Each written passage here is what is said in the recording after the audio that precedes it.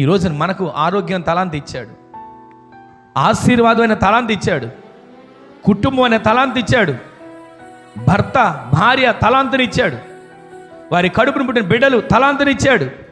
నీవు ఆత్మ సంబంధంగా ఎదగడానికి, ఆత్మీయతలు పెంచడానికి సంఘం అనే తలాంతి ఇచ్చాడు. నీ కొరకు ప్రతిరోజు ప్రార్థన చేయడానికి సేవకులైన తలాంతునిచ్చాడు. నీ కుటుంబం కోసం, నీ బిడ్డల కోసం కన్నీరు కాచడానికి, వారిని ప్రార్థనలో ఎత్తి పట్టడానికి, నీ కొరకు భారం కలిగిన ఆత్మ సంబంధమైనటువంటి పరిశుద్ధుల్ని ఇచ్చాడు. ఇన్ని మనం ఇస్తే దేవుడిచ్చిన తలాంతును దేవుని కొరకు ఏం ఉపయోగిస్తున్నాం? దేవుడిచ్చిన తలాంతును దేవుని కొరకు ఎలా వినియోగిస్తున్నాం?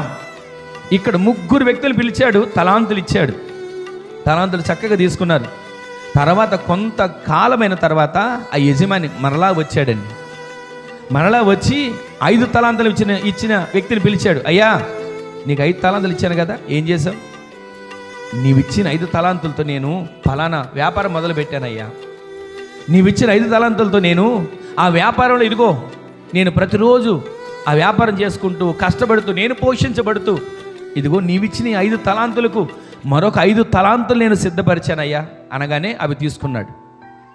తీసుకొని ఏమన్నా తెలుసా? బళా నమ్మకమైన మంచి దాసుడా, నీవు ఈ కొంచెంలో నమ్మకంగా ఉన్నావు గనక నిన్ను అనేకమైన వాటి మీద నియమిస్తున్నా. దేవుడు మనల్ని చూసి ఆ మాట పలకాలండి. మనకిచ్చిన ఆరోగ్యం మన నమ్మకంగా ఉన్నామని దేవుడు పలకాలి. ఏమంటే నాకు పూర్తిగా ఆరోగ్యం లేదండి, కొంచెమే ఆరోగ్యం ఉంది, నేనేం చేయగలను దేవుని కోసం? నాకేం ఎక్కువ డబ్బులు రావట్లేదండి, నేనేం ఖర్చు చేయగలను దేవుని కోసం? నాకేం వెనక నుంచి వచ్చేది లేదండి, నేనేం చేయగలను మనం అనుకుంటున్నాం. నీవు కొంచెంలో నీకు ఇచ్చిన దాంట్లోనే నమ్మకస్తులుగా జీవిస్తే నీ తలాంతులు దేవుని పనిలో వాడబడేట్లుగా నా దేవుడు చేయునుగాక.